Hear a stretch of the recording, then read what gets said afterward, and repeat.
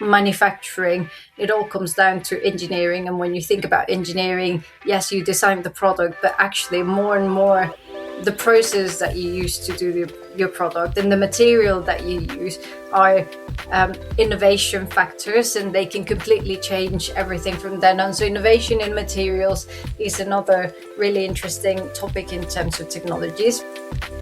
Welcome to the Trend Detection Podcast, powered by Siemens. And now your host, Niall Sullivan. Hello, and welcome to the latest episode of the Trend Detection Podcast. I'm really pleased to have a very special guest. All of our guests are very special, of course, but this Lina in particular is a very special guest because we were just talking before, and it's been at least a couple of years since we've spoken on this podcast. Your second time on, but there's been a very big gap. But it's very nice to have you back, Lina. Welcome back. Thank you for having me again. I feel privileged. Oh, excellent. And so Lina is from Microsoft. I'm going to let you sort of introduce yourself to the audience in a second. But we're here to, I guess, revisit our first conversation. I think I'll probably link to it in the show notes, when we publish this episode. So for you to sort of get the context of it, but we're going to revisit some of the themes that we discussed then. And we're going to talk about the future of digital manufacturing, if we can really do that, even with 6 months in advance, a year in advance. It's very difficult, but we're going to try and sort of dive into that, cover some of the topics we covered before and see where we are today and go from there. So but I guess before we go into that, Lina, it'd be great to get a bit of an introduction from your side and your role at Microsoft. Thank you, Niall. Thank you for having me. I'm Lina Huertas, and I'm as I said, you can pronounce my name Huertas or Huertas.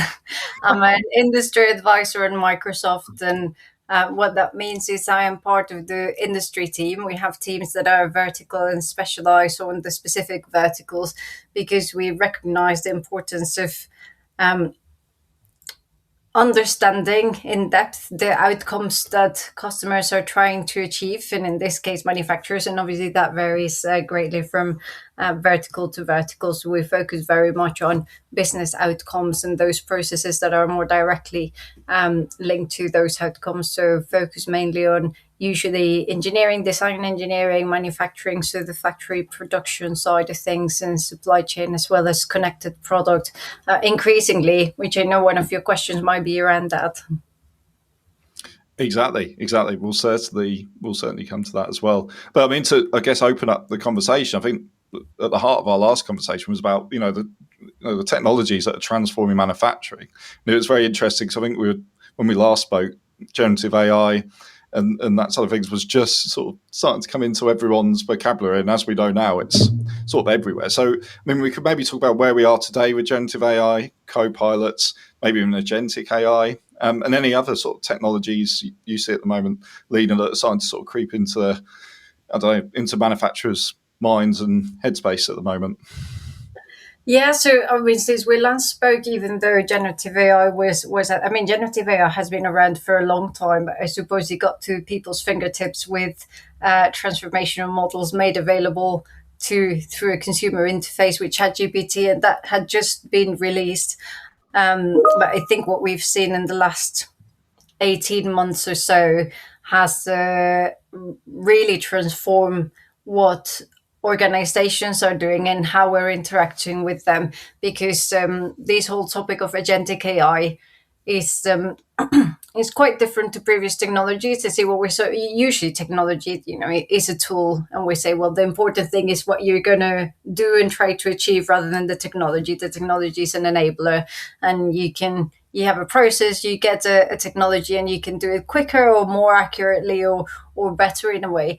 And I think the big difference now with the agentic AI is that it's still an enabler, but it's changing things so much in terms of how work is delivered or how work could be delivered, that is given the organizations the opportunity to actually rethink, what are the capabilities that we're trying to deliver to the market, and how do we rethink how we deliver them almost from scratch. Like if you think about whole functions like procurement, if we have no one in the function and we were considering agentic AI as the default mechanism for delivery, what would the function look like?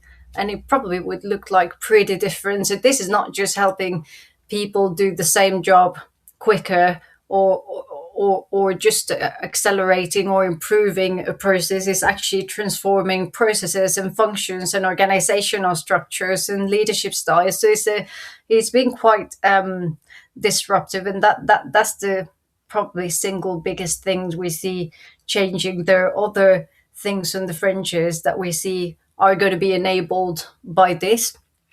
So, for example, one of the things that I always think in the space of manufacturing and engineering that has always been super interesting, even though it hasn't been my topic particularly, but materials is something. When you think about manufacturing, it all comes down to engineering. And when you think about engineering, yes, you design the product, but actually more and more the process that you use to do your product and the material that you use are innovation factors, and they can completely change everything from then on. So innovation in materials is another really interesting topic in terms of technologies. But when you look at the combination between material innovation and the possibilities of materials and the way you can innovate with agentic AI and quantum maths and potentially in the future quantum computing, I see that manufacturing and products can look quite different and can be transformed at an order of magnitude that probably quite hard to predict at the moment, because you're thinking before, new materials, new alloys, new chemical compounds takes years to come up with a new formulation, whilst now it can take you months, weeks, or even hours, depending on the case with all of this. So I think that's really going to change what we can do.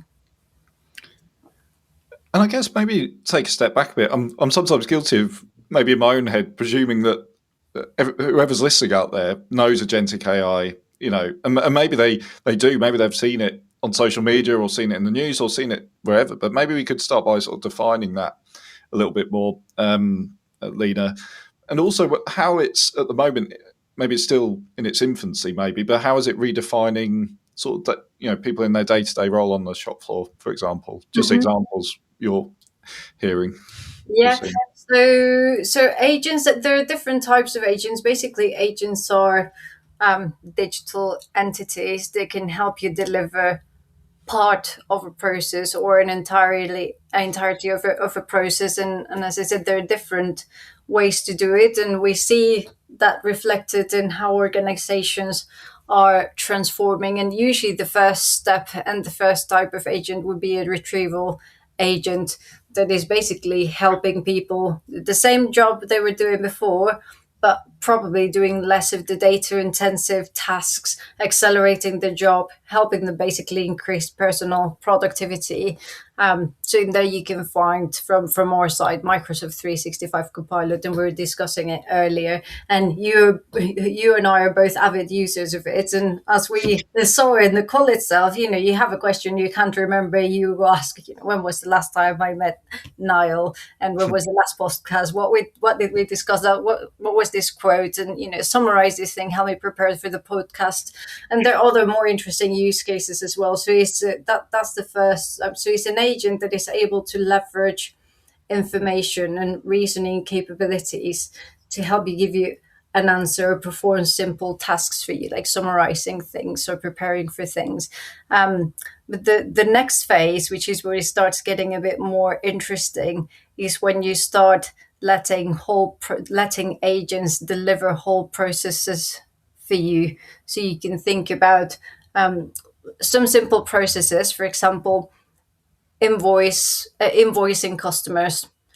And there are companies that are already looking at, well, that is a simple process. If you look at our system, we already know what are the triggers to invoice a customer and what are the data fields. So let's just let it release. And if there are any exceptions, let's raise those exceptions. And you can then see that when you do that, the job that people deliver really changes, because it goes from having to do this thing to this, a very, very repetitive thing. You probably need to do potentially hundreds of invoices a day. And if you think about that, it's not a very fun job, to actually just letting the agent do that, and you manage by exception.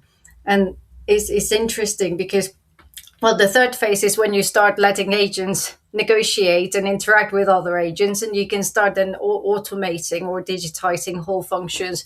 But was interesting is that that's when the job of a person changes, because you go from having a mix of some really data intensive, boring, kind of all the drudgery of your job that we all have to do, that nobody enjoys, and a mix of things that are really quite important, strategic, defining a strategy, making decisions, defining and negotiating trade-offs between teams, doing teamwork, kind of understanding people, high negotiations with other companies.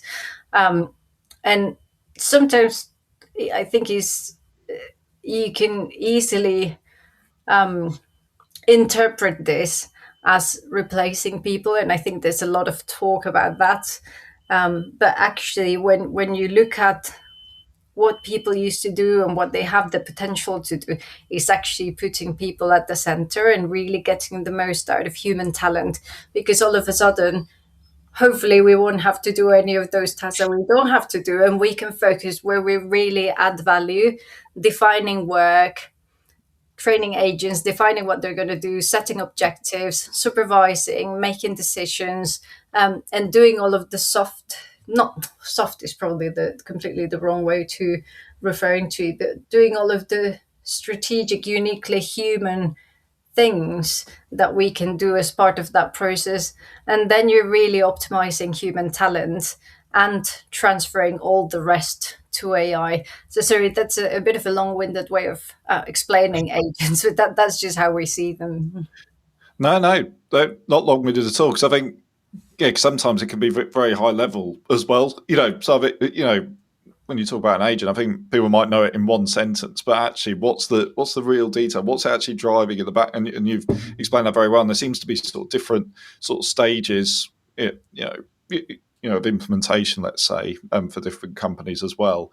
But what you were saying, Lina, actually led on quite well to what I was going to ask. And what I see from what you're saying is, as well, there's a certain collaboration. We talk about collaboration between partners, Siemens, Microsoft, other partners, etc. But there's almost like a human and AI collaboration, if you want to call it that, and a new skill set required for the human in the loop here as well. And so maybe it's this is a bit of a long-winded question as well, but with this new collaboration in mind, what sort of new skills are required from the human point of view to get the most out of the AI and get the most, be as productive as possible, I guess? Yeah, that makes a lot of sense, and I think it's one of the key things as we all progress through this journey. What do we need to learn? And I think one of the maybe a bit philosophical but most foundational things is kind of learning to learn. And I know that's a bit of a cliche, but I think there's definitely an element of all of us kind of accepting that we're all going to be almost new at this again, and that nobody is the real expert of any of this. The technology is moving so quickly that I think we all need to become apprentices again and almost relearn our jobs. So that I would say that is the first thing. The second thing is I think we all need to get hands-on with the technology and understanding a bit more, because we're only going to be able to work with the technology if we understand it and we understand the actual capabilities of the technologies, how it works, why does it work like that under the cover, what's possible, what's not possible. So I think there's going to be an element as why one of the first things we say in the journey is, empower people with their co-pilot, with an assistant, so that they can, one, become more productive, but also by using it, I think you probably experience it yourself, I certainly have, there's a little bit of a curve in learning to use it and understanding how do you use it, and what is it good at and what is it not good at. And I think that gives you an element of awareness to then go to the next stage. And I'd say and this is not necessarily new. If you looked at the reports from the World Economic Forum and McKinsey around the skills that are going to be important, is a lot of the skills. Then why the reason why I say soft is because I think traditionally they have been referred to soft skills, but we probably need a new term for this. The things around critical thinking, collaboration, negotiation, leadership. I mean, leadership is going to be key, and it's not just going to be leadership of people, but actually leadership of agents, because they become part of the workforce, and they're like anyone else. You need to recruit an agent to decide that you need an actual agent. You need to define the scope of that agent. You need to help deliver that agent. You need to make sure that you're assessing that agent and helping that agent improve, because these are not static, and that's one of the advantages, but also I suppose the responsibility that you need to make sure that is growing and developing in the right way, delivering the right objectives and supporting those agents. So I think leadership is going to be another thing. And the last thing, I think it is probably going to be a different answer for everyone depending on their job, but is then I think everyone has a responsibility to question, what is my job going to look like in the next year or 2 years, seeing where the technology is going and where do I need to focus my efforts, and on the basis of my specific job, what other skills do I need to take. And I think so we're all going to have to be a bit more proactive and being kind of driving that ourselves, because otherwise probably the organization is kind of going to do it to us. It is always better when you do it yourself rather than have it done to you. And I guess in a way that's quite an eye-opening, conversation with yourself. If you think about what's my role going to be like, not many people, for many reasons, don't want to maybe look at that for thinking it's a negative thing. But actually, it should be a positive thing. This is what's happening. These are the shifts in the industry, and this is where I want to be. And then try and align that together. I guess it's something like that, without being an expert in that area. But it's about sort of making the conversation a positive. This is what I can do with these fantastic technology we've now got to back us up. It should, exactly. 100%, because you can do so much more, and there are two things that are really important. One is, the culture in organization is going to be really important to make sure that people feel safe enough to transform their own role and therefore accelerate the transformation of the whole organization. That's going to be really key. There was something else that I was going to say, but it's just flew off. It will come back. That's all right. That's all right. It just proves that we're live. Yes, exactly. We're real people doing this podcast. We promise we're not just avatars. And I thought it would be me that would do that, Lina, to be honest. So, don't worry at all. Don't worry at all. But I guess, and again, it brings us nicely along to sort of maybe some of the barriers, because all this technology and all, there's some fantastic use cases. There's organizations doing amazing things, but of course, in order to implement technology and to utilize it in the right way for success, there's sort of barriers, or there can be supposed barriers to be overcome. And I know we previously talked about things like, culture. I mean, we always know that culture shifts an important part, and also this idea of being stuck in proof of concept purgatory as well. If you recall, taking that, are those still sort of the key aspects, or is there more now with the more with agentic AI now coming into things? I've forgotten the way to discuss that, but the first things that came to mind is fragmentation from a technology perspective or from a organizational perspective. So we still see, I think there are quite a few reports out there that say, 94 or 70% of AI projects are failing. This is not working. This is just a bubble. And I think what we see is actually, yes, the technology is there, the technology is reliable, but it's sometimes easy to go down the path of, in isolation, actually let's go and let's try it, and it might work for a specific example that is quite bound and maybe with not a lot of interactions, but the question is, how do we make it scale? And scaling is the hard thing. So building one pilot is the technology works. It has been proving is probably there are figures that say that it's the fastest adopted software category, agents. that we've ever seen. So adoption is there, the technology works, is delivering. But I think for organizations to really reap the benefit, they need to scale, and that relies on having the right foundations from a technology perspective. So things like data silos are very common, particularly in manufacturing. As you probably know this from your background. You know, you have some data in the maintenance system, some data in the MES system, some data in your SAP, some other data trapped in the machines. It's like, well, how do you reason across that, and how do you connect solutions that are measuring different KPIs in your factory, because they don't live, quality and maintenance and uptime. They don't live in isolation. OE by definition includes all of them. So making sure that the right foundations are there in terms of data. I mean, security, obviously, and more obviously this year more than any other. I think it has really shown how important security and those foundations are important. So that from a technology perspective, but then you need to think at the process, and are you actually just coming from the technology from the bottom up, or are you actually trying to change an outcome by starting with the outcome and then not necessarily assuming that the process is going to be the same? And then there's the organizational perspective, and one of the things that you mentioned in one of the points in your document for this podcast was shadow IT, and that's another area where, no matter if you have the foundations and the technology, you have a team doing a pilot, and if they are working in isolation, that's never going to scale. You need to work with colleagues. You need to have connections between digital teams and functions, and even across functions, because once that starts scaling, you're probably going to have processes that connect functions as well. Again, functions are not in isolation.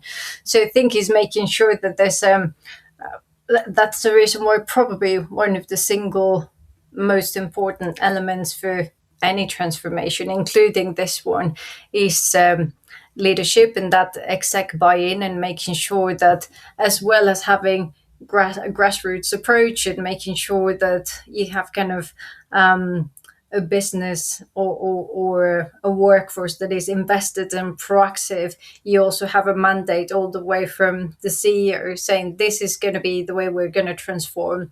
We're actually going to use this as a big lever for transformation and our strategy. And it's not digital for digital's sake, and the business strategy that is separate. They actually go hand in hand, and digital is an enabler of the strategy, and that's the way it's structured. Yeah, it's very interesting because it's like we're singing off the same hymn sheet. Because I was going to mention about sort of data silos. Because again, I think it's one of those topics. I mean, and it's interesting that some topics just don't change. Because I feel like I've been talking about data silos for a long time now. But is there a reason why it's not? And it maybe is simply because it's not a quick fix, but that some of these issues haven't been more resolved, or maybe they are being resolved, but it just takes time, around shadow IT and data silos, and bring those together. Because, people must hear it all the time at conferences, on podcasts like this, but is it just such a big mountain to climb that it becomes almost impossible to achieve? Or I don't know. I think traditionally, if you think back maybe 15 years, kind of 10, 15 years, and you think about a factory environment, I think the technology in some ways was there, but it was quite immature. So to actually connect a whole factory and then connect a fleet of factories, the effort and the cost required was pretty significant. I think today we maybe have similar barriers from an organizational perspective. Those things don't change, and is the organizations who have the right structure and the right culture and the right strategy that are going to make the change. But at least from a technology perspective, I think we have come leap and bounds in terms of open standards, for example. I think they're now a lot more common. Data lake architectures, and the technology to actually enable data lake architectures has really changed. So I think it's now a lot easier to bring data from your SAP, from your MES, all in an area where it's aggregated without necessarily having to move your data. So I think it is becoming easier. And you see it, been in this space for probably the best part of 20 years, and you see the volume of organizations that actually now have a unified vision of OEE across their factories globally, and they have a methodology to connect their factories, and they're actually going and doing this at scale, and is already working, and they're onboarding new use cases around maintenance and quality. Is definitely, we see that it is actually happening now at scale. And those words are quite key. You mentioned to me. I mean, scale is just almost synonymous for me with Senseye, but also, when you talk about global scale and global, let's say, digital transformation, because often, there's, and we were talking about it then, but different, even you have one customer, but different sites have different architectures, different systems, and you can already see how complex that is to deliver a scalable global rollout of a tool. Although we have seen that very successfully done with Senseye, I have to say, but other technologies too. But that's key, right? Isn't it? To exactly what you were saying. That's the key to these sort of global, scalable success stories, whatever the technology is, particularly AI, maybe. Yeah, no, 100%. And I think maybe one additional barrier that we have in manufacturing that we need to find a way of overcoming is usually, especially for factories, companies tend to grow by acquisition in terms of factories. So they're almost different organizations, and sometimes they're so decentralized, and even each factory has a different P&L. So they have so much kind of authority, which is great to have that authority and empowerment. But to be able to scale, you need an element of teamwork and coordination across the organization. Otherwise, it just doesn't happen. But I think we still have a big element of fragmentation inside large manufacturing companies with a global footprint. Yeah, and I'm thinking, yeah, I mean, that'd be interesting. Because one of my questions, I mean, we talked about it before, was around, look at 2035. Maybe we're going to be talking about all manufacturers will be interconnected, all of their plants. Maybe AI will enable that. Who knows? But it's difficult one to predict, of course, isn't it? Yeah, it's that we were talking about this quote that is easy to overestimate what you achieve in a year and underestimate what you can achieve in a decade, because and we especially seen it in the last 24, 18, 12 months. I mean, from a technology perspective, and I look at it internally, technology is progressing at a pace that is just unseen, and the scaffolding around AI is, every time we have an event, there's something new and a new enabling technology, and kind of you can almost see this scaffolding being built in real time. But I think one thing, to me at least, it seems pretty sure that if you look at the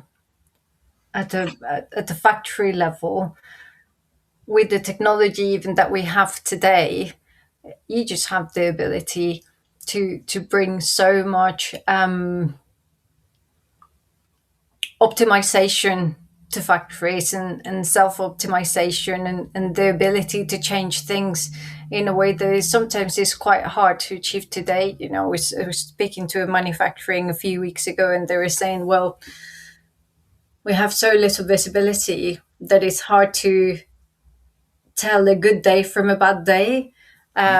And it's, when you don't know which one is a good day, which one is the bad day, it's kind of hard to move the needle towards the good days. I think we're reaching a level where with the technology today, you can have a factory where you can very easily actually understand in real time the OEE in a factory and the levers around OEE, and therefore optimize and have agents that are helping you with different aspects of that optimization.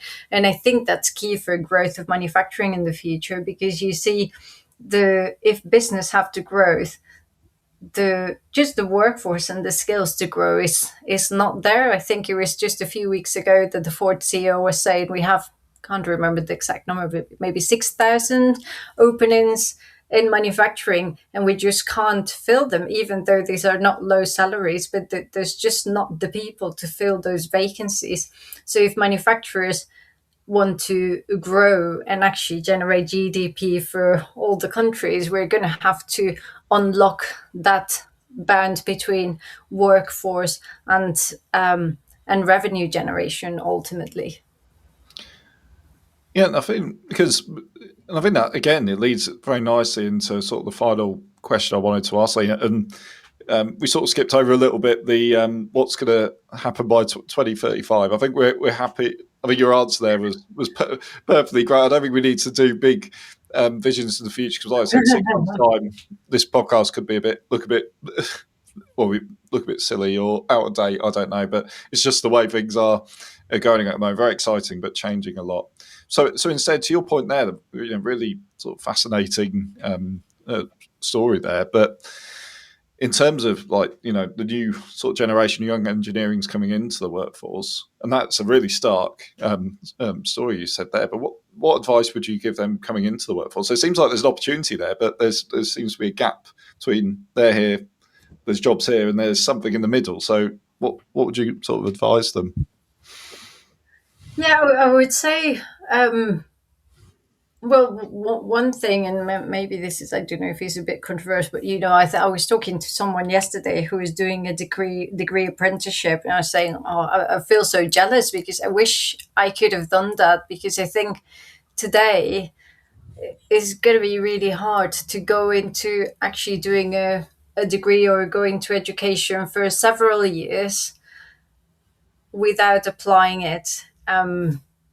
Because by the time, if we think about what has changed in the last 3 years, if you had spent those 3 years doing a degree that was defined 3 years ago, you probably wouldn't have the skills that the new technology requires. So I think there's a big element around, not just for young people, but I think for all of us as parents, as mentors, as coaches, or as teachers, as instructors, to educate people through experiences as well, and give them that. I mean, naturally, the new generation are going to be digital natives, but give them the opportunity to apply the technology in a different way in scenarios that are relevant, I think is going to be a really important thing, because at the same time, that's going to give them the thing that we were talking about when we were talking about skills, is that ability to learn and to grow your career with the assumption that your work is going to constantly change.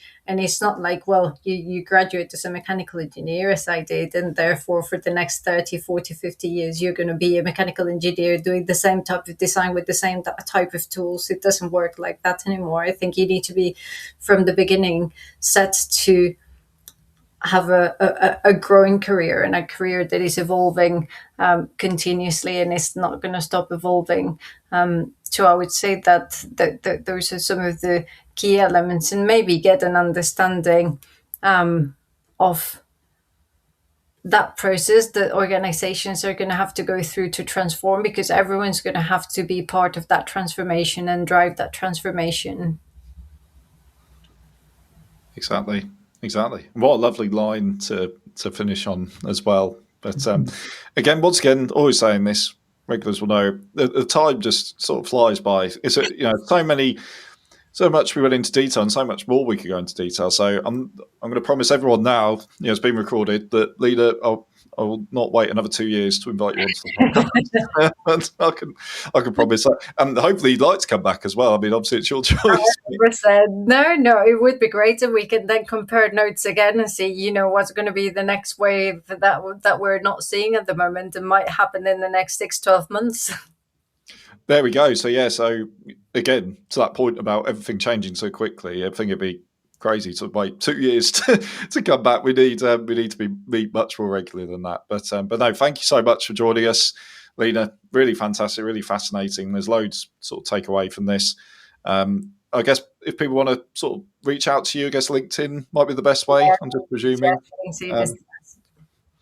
So we'll put a link to your so people can connect with you there. But yes, thank you everyone for listening, and we'll see you on the next episode. Thank you very much. Thank you, Niall. Please like and subscribe on all major podcast channels And find out more about Senseye Predictive Maintenance at Siemens.com.